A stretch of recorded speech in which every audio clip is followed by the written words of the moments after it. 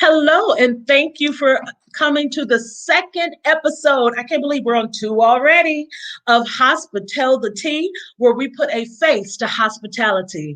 We are going to have a fantastic show today, and we are happy that you showed up to learn a little bit more about the hospitality industry through hospitality.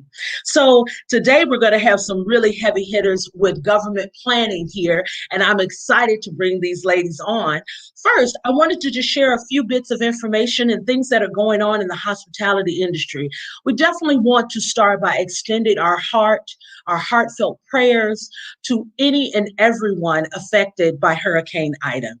When hurricanes and natural disasters go through cities, they don't just affect the individuals and the smaller businesses, they affect the hotels and everything in that area because people tend to not have electricity, just like in Louisiana right now, and they need places to be sheltered and to be housed. So our emergency responders need places to stay while they come into the cities to help rebuild them. So we definitely extend our condolences and our sympathies right now. Something that I do want to make you aware of, in Baton Rouge, all hotels have canceled all reservations through October.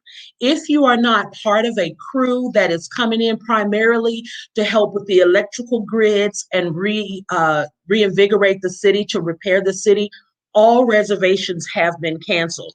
So just so you know, that means Marriott canceled all rooms with the LSU Auburn game at Tiger Stadium. So if you were planning or thinking of going to that, please rethink it because every hotel has canceled.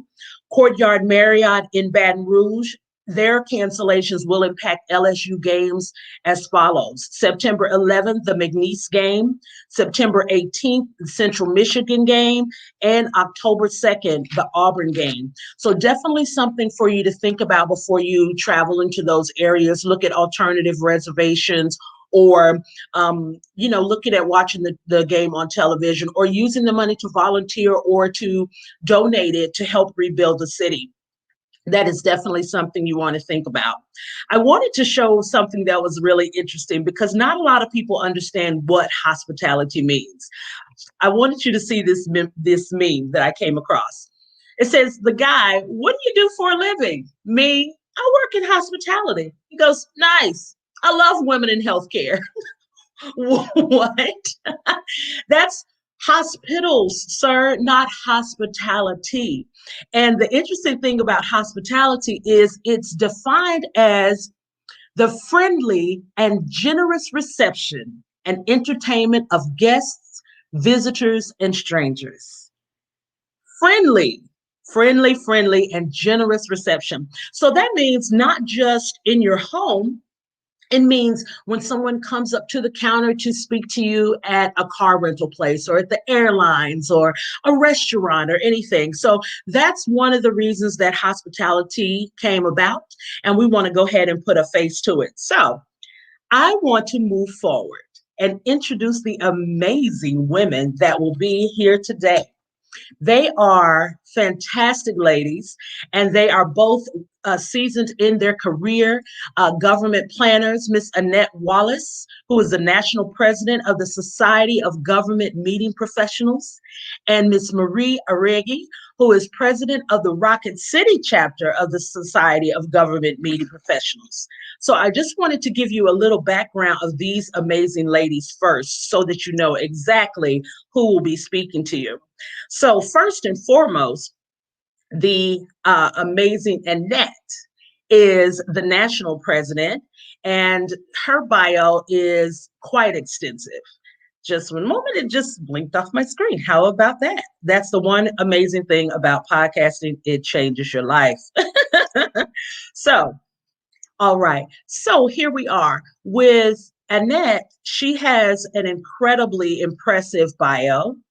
Annette has worked with the Missouri Economic Development for almost 16 years, 14 years as an event planner, planning the Governor's Conference on Economic Development and coordinating DED participation at various events.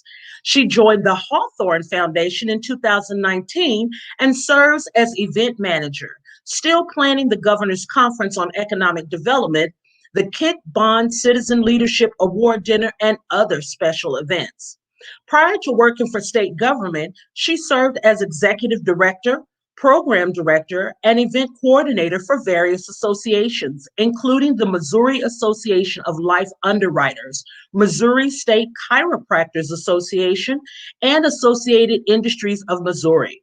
Annette has over 30 years of experience in event planning, including 16 years in association management. She earned the Certified Meeting Professional designation in January 2009 and the Certified Government Meeting Professional (CGMP) designation in June 2018, and has a BS in Business Administration Management from Columbia College. Annette joined SGMP in 2006 and served on her local chapter board, Missouri State Capitol, for 7 years, including 3 years as chapter president. She has served on the SGMP National Board for 4 years and was just elected national president July 1st, 2021.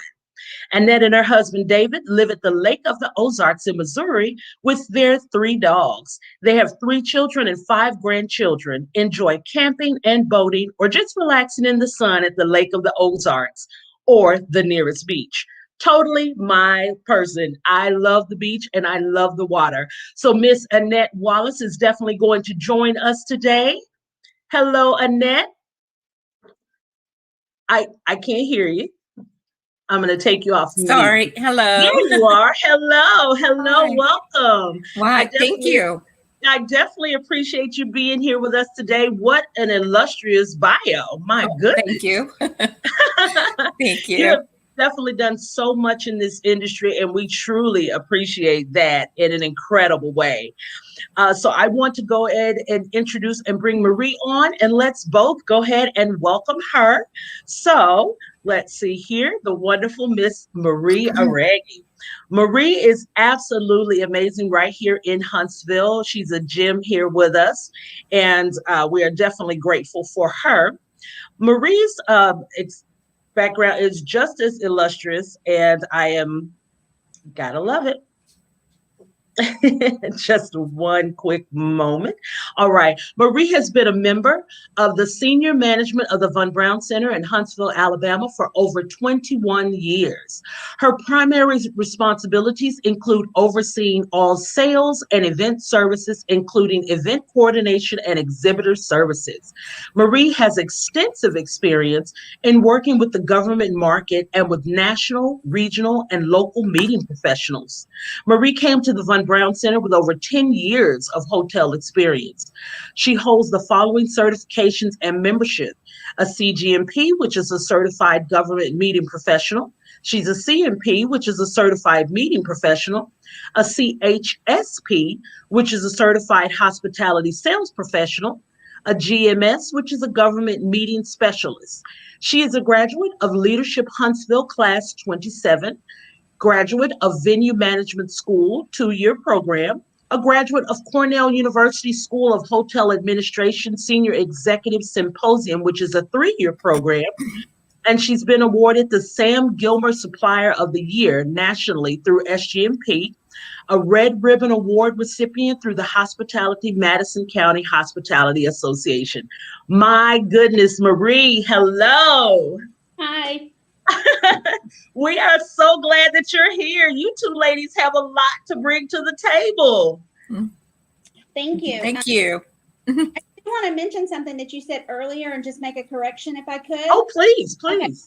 You had stated that I was the president of the Rocket City, Alabama chapter, and that's not correct. Okay. So I am a member, and I just recently rolled off the national board. That's what it is. Right now, our local president is Kathleen Odell, and she is actually a little. She's taking a little break, and Cavante Stone is actually president right now. And Pammy Jamar, you probably know Pammy Jamar. She is actually the immediate past president. So anyway, I just had to correct that because I thank you. But I have been a member since we chartered for sure with the Rocket City. Thank you. Thank you for that correction. Weren't you one of the founding members to help bring this to Rocket City? Yes, I was. I have actually been a member of SGMP since the year 2000. Oh, wow. I started out in SGMP with the Atlanta chapter, Okay. which is now the Georgia Peach chapter, and I was a member of there for about 5 or 6 years, and then I was a member of the Nashville chapter, the Tennessee chapter when they chartered. I kind of moved my membership over there, and then in 2009 we put together a steering committee and chartered our own chapter for the Rocket City, Alabama chapter. And so although I was the chair, it was definitely a team effort. And if you don't mind, I'd love to share some of the members that were part of that steering Of committee. course. That's what this is for. Yeah. Cavante Stone, who is, as I said, is I our love her. president, honey, too. She's a wonderful lady. She was part of the steering committee. Patty Barron, Sherry Hilly, Patricia Everett, Nancy Clark, Leslie Walker, Joe C., Deborah Nielsen. Gosh, I'm afraid I'm going to miss someone, but it was, we had a real good team that put together. Yes. Oh, Mary Geis. I forgot Mary Geis was part of that as well. And we actually chartered in like 30 to 45 days with 45 members. We had, I think we're still holding that record on the fastest chapter to ever charter. Hello. Yeah. And then do you know any other chapter that charted that fast? I do not. That's quite a record. Yeah. I mean, it really brings to life Rocket City. Yes. Yeah. Oh my goodness. Rocket City has been an awesome chapter. They've done very well. They have a lot of enthusiasm, and I think Marie is the head cheerleader for all that enthusiasm. Yes. Marie and I served on the national board together. She just left the national board, and we served on the national board together for 4 years, Marie, I think. Yeah. And she was an absolute joy. She's very entertaining, but we won't go into some of that entertainment, but it's all clean. It was just all very funny. She's just very entertaining. And it was, and I'm so fortunate, so glad, so lucky to have served on the national board with Marie, because I have learned a lot from Marie, and she's been wonderful to work with. Thank you, Annette. That's sweet. Well, it's the truth. We're lucky to have her here in Huntsville. She is definitely a gem. So She is. So let's talk a little bit about SGMP, and I understand how it came about and that kind of thing. So for people that are in the industry that have never really heard of SGMP, let's give them the understanding of what it is and what it stands for. Well, SGMP was formed in 1983. We're actually celebrating our 40th anniversary this year, and Marie is chair of our 40th anniversary committee. So that committee is putting together a lot of exciting things to celebrate our 40th anniversary. One of them is our cookbook, which, and there's a few other things, and I'll let Marie touch on that a little bit. But the Society of Government Meeting Professionals was formed in 1981. Like I said, we're celebrating our 40th anniversary by Sam Gilmer. Mm-hmm. And Sam Gilmer saw the need for an organization for education and opportunity for government planners. I have been on two different sides of the meeting planning role. I did meeting planning for associations, and I've done meeting planning for, and I still do meeting planning for government. And there's a huge difference between the two. And it's kind of hard to explain, but probably the best way is there are so many more restrictions and rules you have to follow when planning a government meeting. You have to be so careful in so many areas. There's so many different people that you have to go through. It's not like planning your own event for an association where you can make your own decisions. Many times you can't make your decisions. They have to go to somebody up the ladder to make the decision with your recommendations. So, I mean, I'm a state government planner. I've never been a federal government planner, but I do have my CGMP, and the CGMP teaches you a lot about the government. I hate to call them restrictions. I think the rules and the protocol that you have to go through when planning a government meeting. Marie works a lot with federal planners, so she probably understands more than I do on the federal side. On the state side, every state is different. There are no two states that are the same.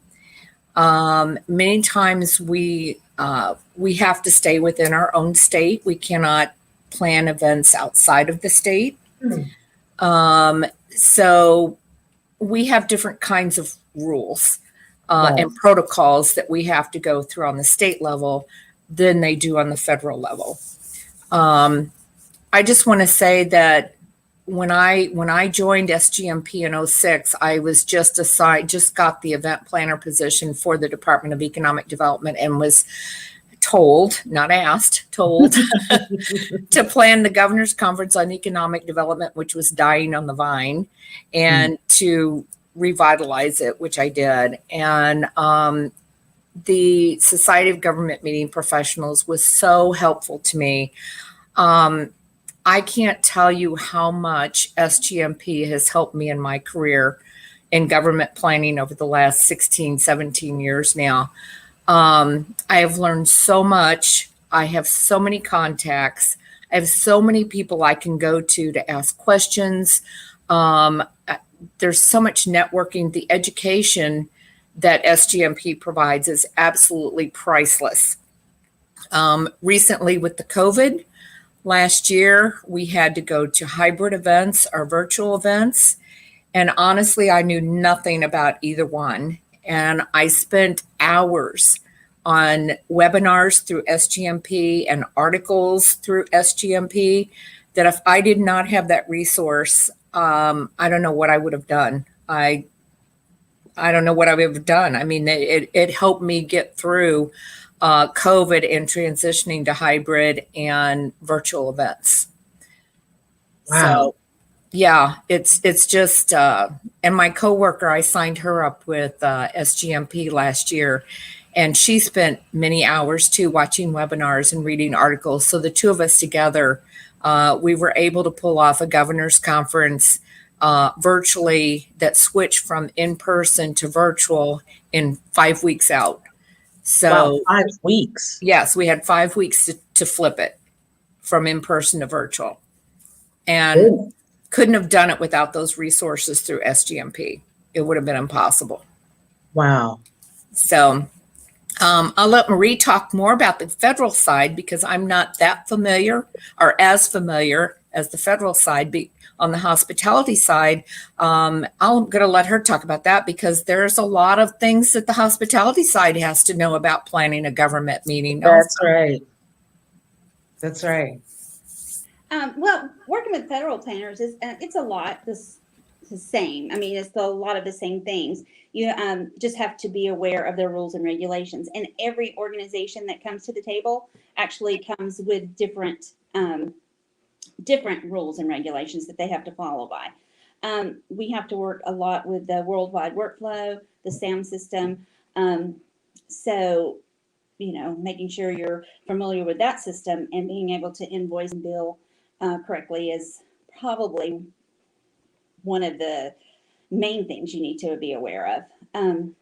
As far as the hospitality side, as a sales manager, you really just learn to work with your clients the best way they need. I mean, that's just all that goes with hospitality. Whatever you need, we're going to be there to take care of it.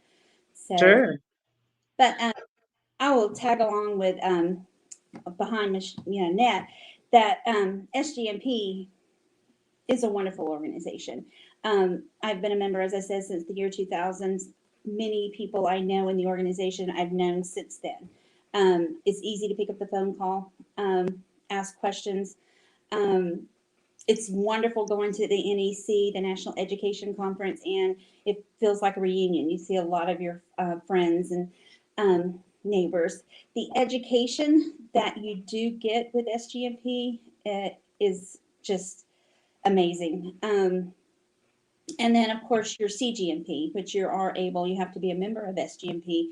And then you go through a 3-day workshop that really helps you learn everything you need to know about the government market. And then you take a test, and then you have your certification for 3 years. So, and every one of the educations, even on the local level, they are education units. So they do, and SGMP does cross over to the CMP, which a lot of people do not realize that. But when you have education through SGMP, those education units will travel over to help you with your recertification of the CMP as well.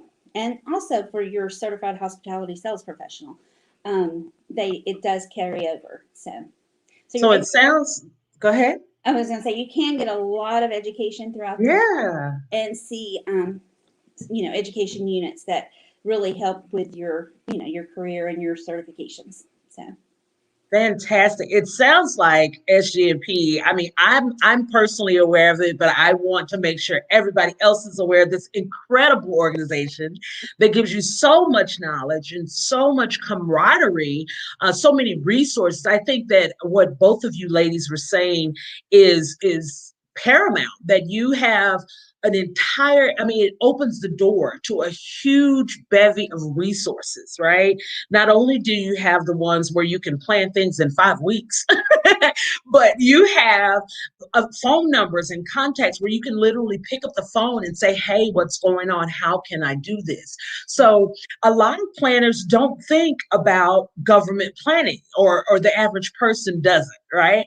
So what are some key things that are like the difference? Now, I know with us being civilians, we know that certain things with the government take a little more time. We'll say a little more time. But when it comes down to the planning, are there things that you have to look out for, like the hotel rates or what they can or can't pay for? Can you touch on things like that?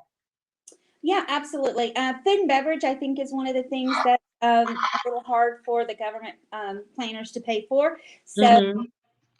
So that is one of the issues you need to be aware of. Government per diem in the city is something you need to be aware of. And if a particular hotel is going to work with you on that government per diem, or what is a government per diem for them? What government rate do they offer? So yeah, those are a couple of things you have to look out for. Most government pieces of business have to have 3 bids in order to move forward. So they're always, looking for organizations that would be able to qualify for their piece of business, but then they also have to compete with 2 other facilities. Sure. So some on Redstone Arsenal here, particularly, I know that if there is a government facility available on the Arsenal during their time frame, I believe that has not changed. I'm not sure because COVID has really kind of changed a little bit of everything. Everything.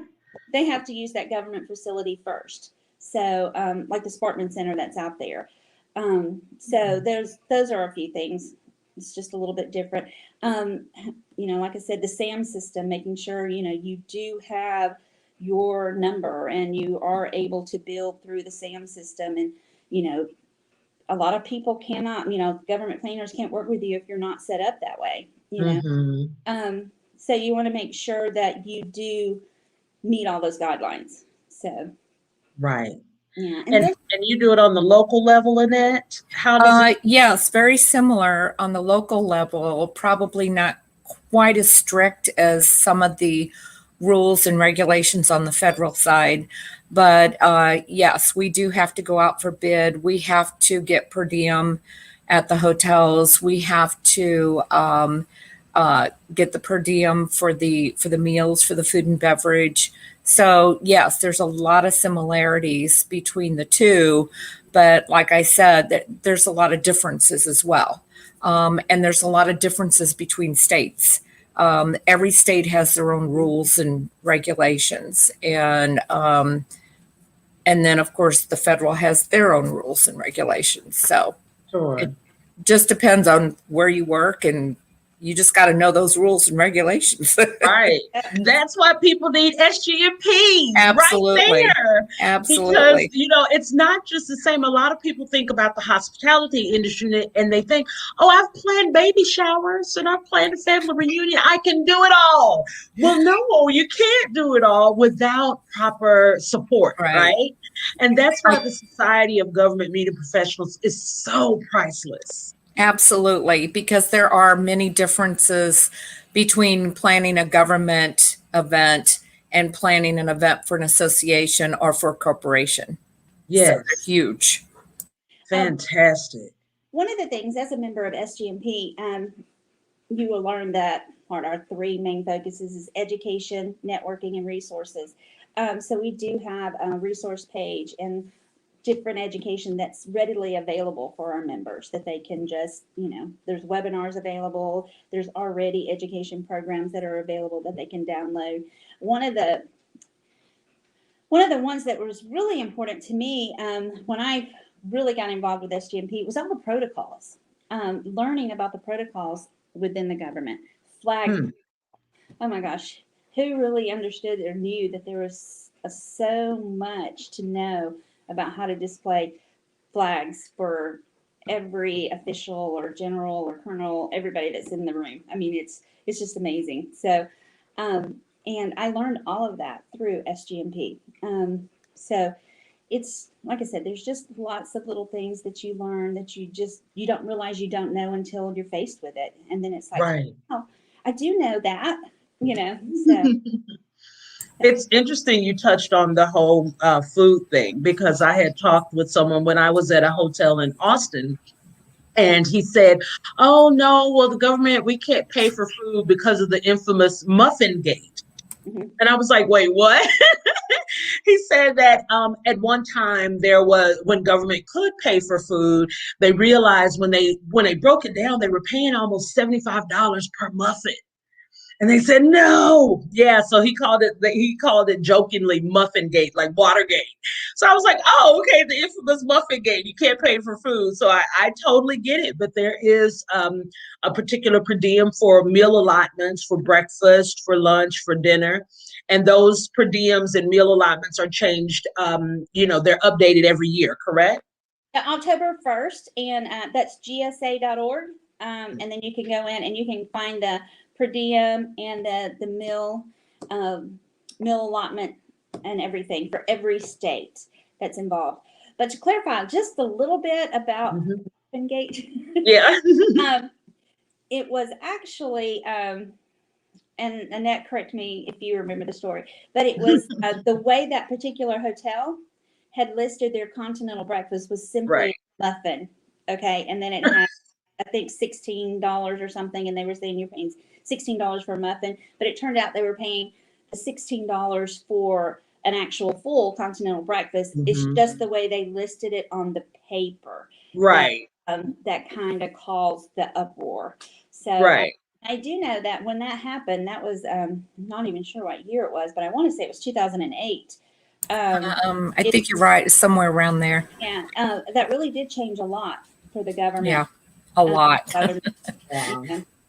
That must have been if it were a $16 muffin, guys, that must have been a tasty muffin, the best muffin on the planet, I'm convinced. Yeah, but yeah, that was not the case. I mean, it was totally a price for the whole breakfast. They just listed on their paperwork as a muffin. So yeah, that's why he was like, "Oh, I'm going to call it Muffin Gate," But so let's talk about the National Education Conference coming to Huntsville. How Huntsville, won the bid to host this amazing event. We're so excited.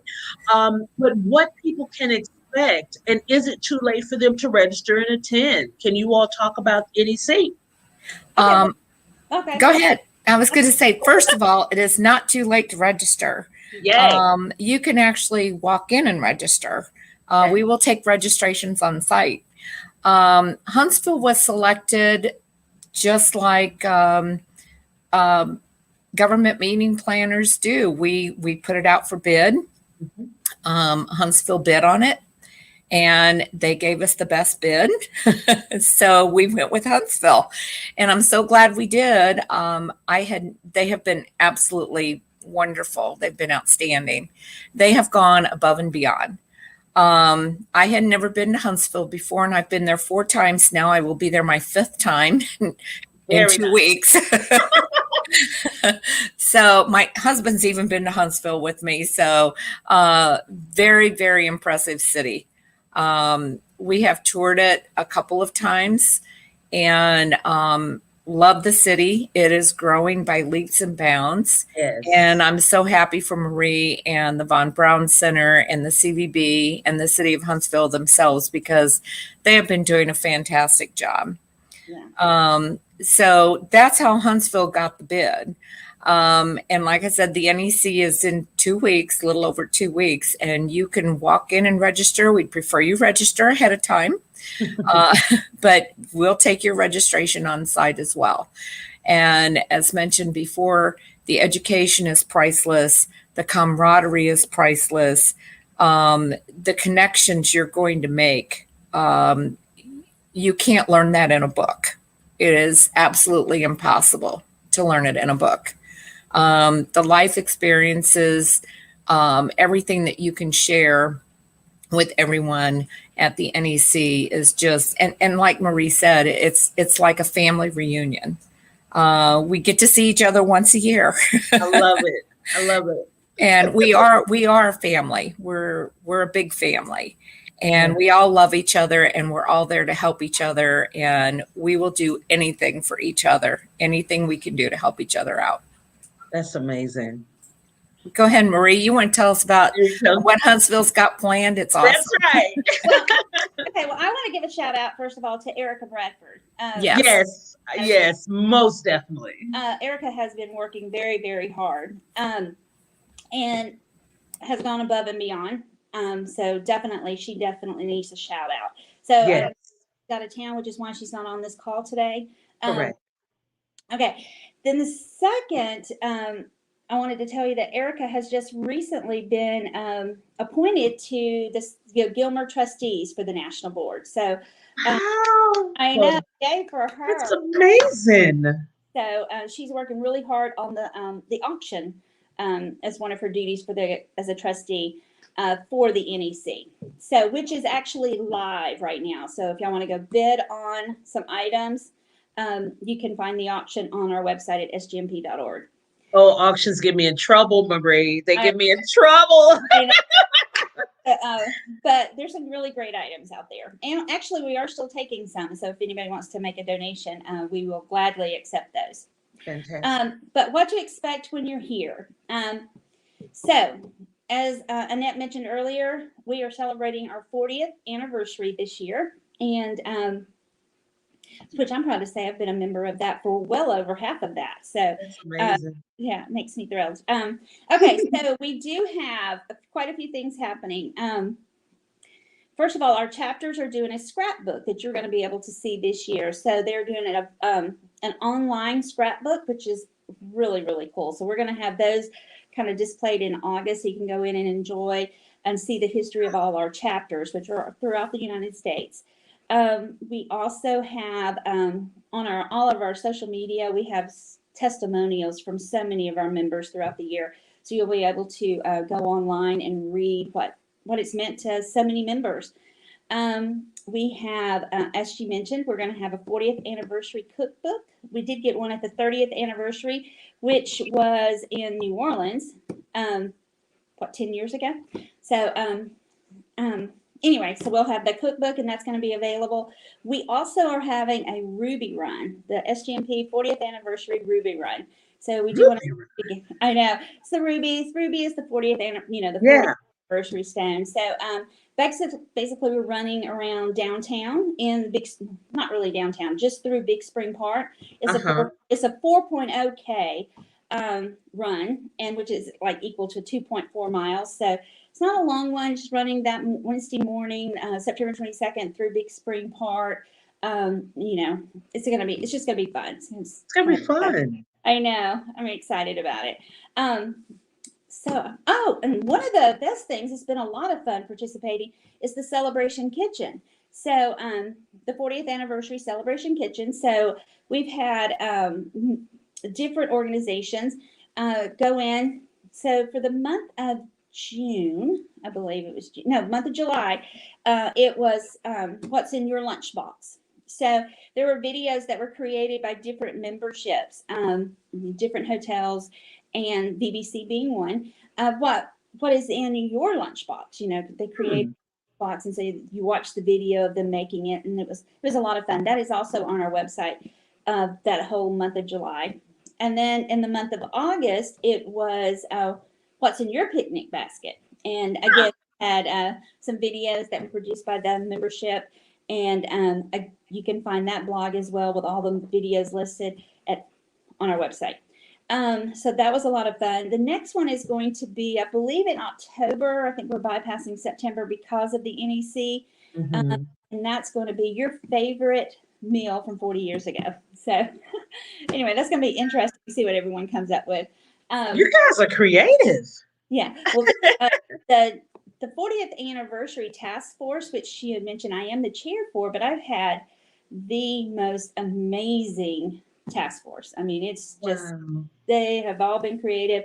They've been on top of their game, and it's been wonderful working with them. And I'm actually very proud that Huntsville got to be the host for the 40th anniversary. It'll be listed, 10 years from now when they're planning the 50th. Well, what did they do at Huntsville? Hey, I love that. Hey, I love that too. Yeah.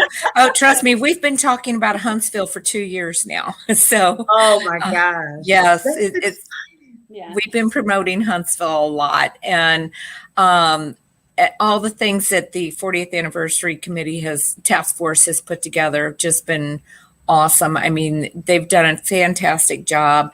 And as Marie is the chair, and I know she has an absolutely wonderful task force, and that's just part of SGMP. That's just one part of being a part of SGMP, of being a member of SGMP.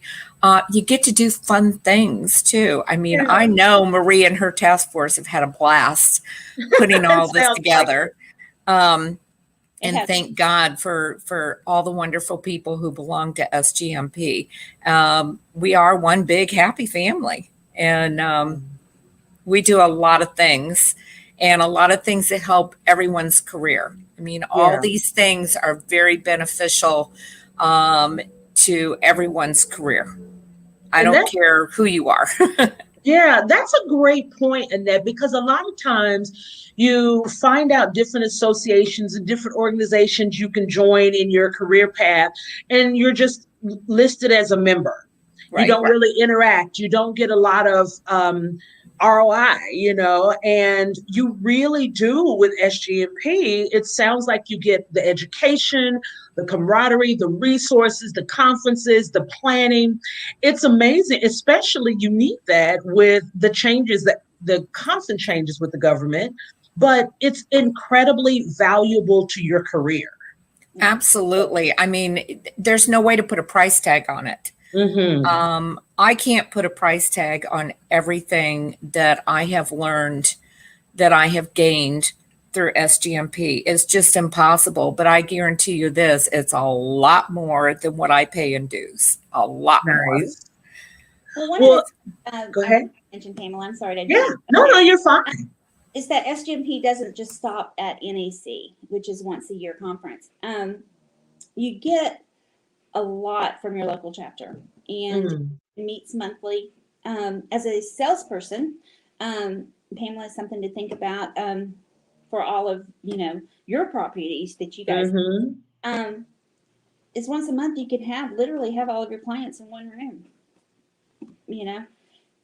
All of your clients sitting right there with you, networking with them on a monthly basis. Captive audience. Sure, sure. So all getting the same education, all working, together for a common goal. And I really do believe that that's where that's where you see the difference with SGMP. It doesn't stop at 1 year, one event per year. It goes on all year. And and not to mention, Marie, the webinars and the SGMP Strongs, and if you take your CGMP course, I know my class, I think we were the largest class in 2018. There were 35 of us in the class. And we still meet every so often via Zoom and have our own little reunion. Really? Yes, because we all took this class together and we all studied together. And the good thing about taking the CGMP course in person, we also offer it virtually now. But and we will be giving a CGMP course prior to the NEC in Huntsville, the 3 days prior to. Yes. Yes. Taking it. Oh, you are. Good for you. Good for you. Yeah. Well, you're going to find that by you go into your little study groups with your group, and I mean it's just, I just can't explain how close it brings you to your fellow classmates. And my classmates and we have maintained this relationship over the last 3 years, and it's been great. I mean, I can call any one of them at any time. Of course, I can call any member of SGMP at any time if I have a question or need some help with something, or vice versa. I mean, it's a great organization. Wow. Ladies, you are amazing. You are amazing. I tell you, those of you that were not on the podcast before we started, I said, just let your personality shine through because you're both amazing. And you did just that. So I am so excited. If you want to give a last little grab for SGMP, a last little thing that you would say to people to encourage them to join SGMP, like a few seconds, 10 seconds, what would each of you say? Like a little elevator speech type thing. What do you think? On everything. I know we have. I mean, SGMP is really the only organization dedicated to the expertise in government meeting planning. So that in itself speaks volume. Yes. And our focus is education, networking, and resources. So, we make sure you have everything you need to do your job, whether you miss that class or we make it available to you at another time. We try to stay up on the latest trends. But overall, it's just a great organization. It's definitely one if you work with the government market at all, you should be a part of SGMP. Yes. But hey, can I give a shout out to Pam? To me, Pam? Yeah. Yeah. We won the Red Ribbon Award this past year from the Huntsville-Madison County Hospitality Association. So congratulations to you. Thank you. Make sure that all of your friends out there, all your broadcasts is aware of that. So well, they are now. And I'm excited about it. I love this industry. And that's one of the reasons why I was like, we need to put more of a face to it and give people the resources, because there are so many people coming out of college and, the young ones, we want to help them to know the great things so that we can leave that endowment type learning, consistently. So SGMP, I wanted to start my podcast with SGMP. I am honored that you ladies were here. Can you recap the dates of the National Education Conference for me? Yeah, okay, I wasn't on mute. Yes, it's September 22nd through the 24th, Actually, I guess the 21st through the 24th, because we start out with our opening reception, Right. which is our welcome reception, which is going to be at the Space and Rocket Museum. Because we've got space. Yes, it's beautiful. Yes. I've been there 3 times now. Yes. And I love it. So it actually starts Tuesday evening with the welcome reception, and then we kick off Thursday or Wednesday morning with the Ruby Run. The Ruby Run, and all of our classes, all of our general sessions. We've got some great speakers lined up, some great topics. We do have a set of core competencies that we do follow. So all of our education falls under those core competencies. So that's one thing that we follow very closely. And like I said, what you pay to attend, what you pay to be a member of SGMP, what you pay to attend the NEC, you cannot put a price tag on what you get in return. It's impossible. So we're very excited about having our in-person or actually hybrid NEC this year in Huntsville. Yeah. So we hope to see some of you there. Hope to see some of you as members of SGMP. We would love to have you. And if you attend the NEC as a new member of SGMP, I can't wait to shake your hand. And trust me, I will shake your hand. There you go. Tell her you saw the interview on Hospitality. Yes. So ladies, thank you so much for your time, especially on this holiday weekend. I really appreciate you coming in and telling the goodness of SGMP, the history, the amount of expertise that you get from SGMP. And for those that still are wondering, it's Society of Government Meeting Professionals. So, and the website is scrolling along the bottom of the screen. If you have any additional questions, sgmp.org. And you can also find these ladies on there as well. Ladies, I thank you so much for being here. I will definitely contact you after and show you the video. Yes, and I look forward to seeing both of you. Annette, when you come for the 5th time to Huntsville? Yes. Yeah. Maria and I just saw each other a couple days ago. We were on a bus thing together. So, but we look forward to bringing you into our fair city yet again. Thank you, ladies. Love it. Love it. The effort. You're amazing. Have a great day. Bye-bye. Bye-bye. Well, thank you so much, everybody, for being here. This has been amazing. That was segment 1 and 2 of Hospitality. If you didn't know much about government meeting planning, then I hope that you do now, or that you know of a resource where you can get more information. Society of Government Meeting Professionals is tremendous. You've heard all of the great things about it. If you do any planning with government, you really should become a part of it. That whole muffin gate thing, like the government can't pay for food, food and beverage, that type of thing is something different. The resources, the changes with COVID, the changes for force majeure or an act of war, that kind of thing, how you need to handle it. Those are great resources that will always get you through. So I hope you enjoyed that interview. Now I want to switch a little bit to our 3rd segment. It is called Tell the Tea. Now, the podcast, of course, is Hospitality.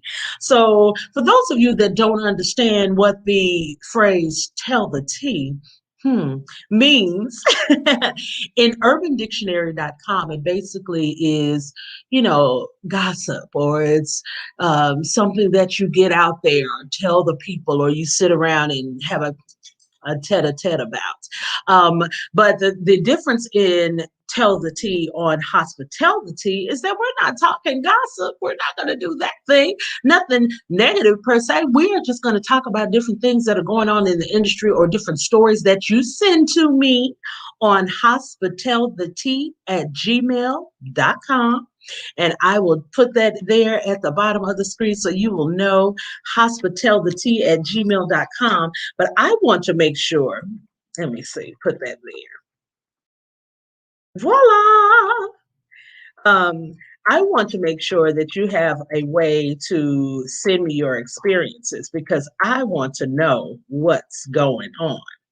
So, listen, there is a situation that someone wrote about that was really interesting. Hospitality@gmail.com.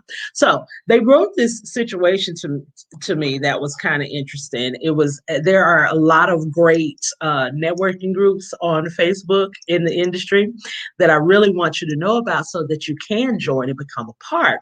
So there is a story that was on one and I wanted to read it to you and talk to you about it. Then I'm going to talk to you about a really popular story that's going on in the industry right now. Okay. So the person says, "Dear Hospitality, I had my first thought this only happens in movies moment today. The bride and groom canceled their wedding after spending over $100,000 the day before the wedding, but after the weekend festivities had started. The bride calls down to have the fiance escorted off the property. Get to the room with security, and the fiance wants her whole family police escorted off the property. So not just the fiance, but the whole family. Like, what happened really? The mother of the bride starts drinking. She starts drinking early in the morning. What do they call that? Hair of the dog, whatever. I don't know. But she starts drinking early in the morning. Half the family is a nervous wreck, and we're trying to help any which way we can. The other half is just kind of, whatever. The groom's family is furious at this point. So they're furious. Their son has been booted off. She's wanting to kick out her family. I don't know what's going on. But an update. So as it stands right now, the bride is staying at the hotel with her parents, siblings, grandparents, and best friends. Oh, so she didn't have the police take them off? How would you feel if you were the family and she just wants you to get kicked out? But whatever. They booked the presidential and had a breakfast planned, but canceled both of those events. The groom's side of the family is also still here for the night, but I'm positive the groom is gone and wasted with his buddies right now. If I had just been kicked off the property, police escorted by my fiance, the person that I was supposed to marry, and it cost me $100,000, I'd probably be somewhere with my friends at a bar too. I don't know. But he left with a large cooler filled with alcohol on a bell cart because it was too heavy to lift. Both families are drowning their sorrows with a pizza and beer. So many early departures. I'll give more details when I can. We aren't sure exactly what happened to cause them to cancel the wedding, but my God, it's been an interesting night for sure. An all around crazy moment. Signed, Dealing with it. Guys, these things don't just happen in the movies. I mean, art imitates life, right? So if you see these things that happen on the movies and they say things like, oh, $100,000 wedding or whatever was canceled, 9 times out of 10, it's something that happened in real life. So let's get to something that is creating quite a buzz online right now when it comes to weddings. Have you all heard the story about Doug and Deidre Simmons out of Chicago? The couple that got married in Negril, Jamaica. They got married at the Royalton Negril Resort and Spa. Beautiful couple. She wore this gorgeous red dress, fabulous event, absolutely stunning. They had people RSVP on 4 different occasions. Okay, just to make sure that people were coming because it's a destination wedding, right? I've planned so many weddings, y'all. I cannot tell you. I've literally been a bridesmaid or helped with a wedding close to 27 times. I have gotten rid of all these dresses. That wedding movie called 27 Dresses, honey, that was me. Art imitates life. I'm letting you know. But they had people confirm on 4 different occasions. Are you coming to the wedding? Like, here's the save the date. And here's the invitation. You RSVP. And okay, you RSVP. Okay, are you coming again? I just want to be sure. Hey, I'm texting you today to make sure you're coming. Hey, has anything come up in your schedule that won't let you come to my wedding before I pay for it? Is basically what they're saying. Because at the resort, when we're planning events, it doesn't matter whether your people come or not. If your people don't show up once we get that confirmed,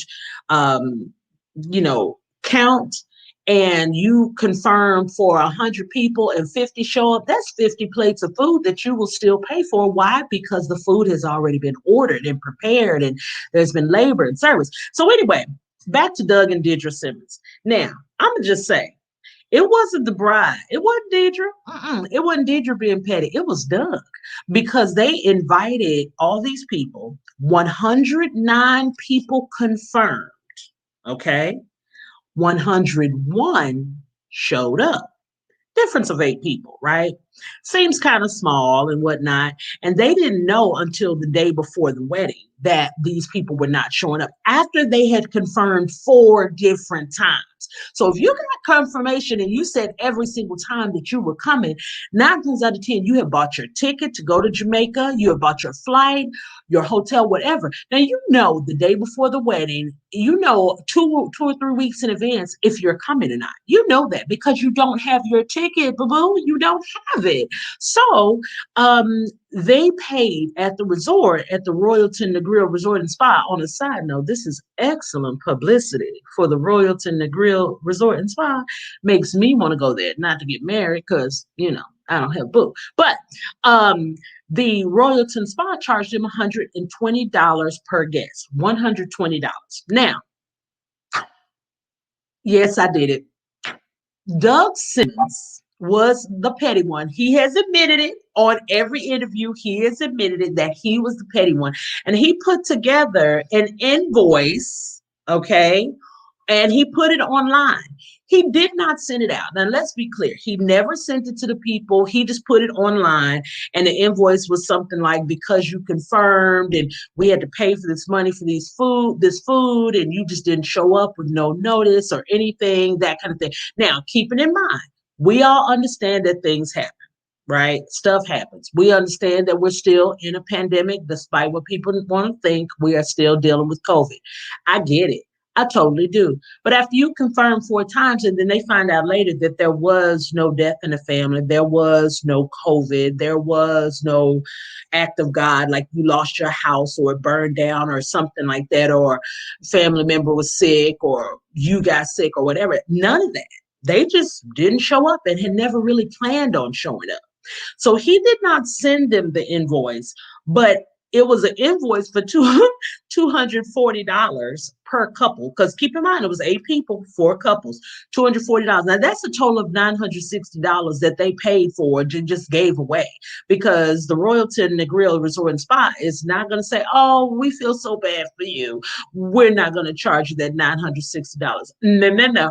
Pay the lady. Okay. So Doug just put this online. He put it online saying, you know, he said that he felt that it was better for him to basically expose the people than to actually send them the invoice.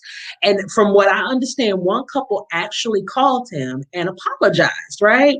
They apologized that they didn't make it, whatever. Now, I don't know if that apology came with money to pay him back, because he did put on the invoice, "You can pay me by Zelle, Cash App, Facebook, Messenger.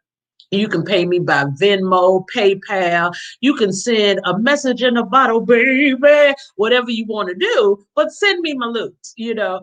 But he put it on there and he never really sent it to them, but they did get wind of it. It has become the talk, like their wedding has gone viral. Now, if you haven't looked it up, you really should, because first of all, they looked beautiful in it. But I wanted to just put it out there on Tell the Tea, honey. What do you think about that? Because they've got mixed reviews. Some people said, yeah, I would have invoiced them because the couple did their due diligence. They had 4 different RSVPs and the people RSVP'd all those times and still didn't show up. Whereas other people said, no, that's just basically, you know, ratchet behavior. That's just broke behavior. I'm sorry, those were the words, quote unquote, broke behavior, right? Because if you couldn't afford it, you shouldn't have done it in the first place. Well, I think it's clear that they could afford it, right? Because they paid for it. They did in a clear conscience. They did. And you don't show up to other parties. Like, it's not customary for you to show up to a party having to pay. Like, if you go to somebody's birthday party, you're just, if it's a birthday dinner or something, or that type of thing, most of the time you're not expected to pay unless it is put out there very clearly. So on one hand, the people didn't know that if they didn't show, it would be $120 per seat, right? They didn't know that. So they weren't told that. But at the same time, after you've been confirmed, if someone confirms with me 4 different times, that means they really want me to be there. That means they're really serious. That means there's a lot going in on it, right? So I want to make sure that my word is my bond. But what do you think? Write to me on Hospitality and let me know what your thoughts are. The address is scrolling at the bottom. I really want to know what you think. Is it broke behavior for somebody to ask you for their money back if you don't show up for an event? Or is it logical because you've just been inconsiderate and didn't show up? Because, I mean, you didn't show up. If you didn't show up to a destination wedding, it's just really tacky, I think. But how do you feel about them asking for the money? You know what I mean? I don't know. But anyway, I want you to let me know. Let me know what your thoughts are. Write to me about your experiences. I don't care if it's even in a drive-through. Let me know what's going on in hospitality and how it's affecting you and your life, positive, negative, indifferent, whatever. I just want to know. Hey, thank you so much for being here and being part of episode 2, season 1 of Hospitality. Remember, it's not people will always remember how you made them feel, not what you did, but how you made them feel. Always make people feel great. Always extend hospitality. Have a great day.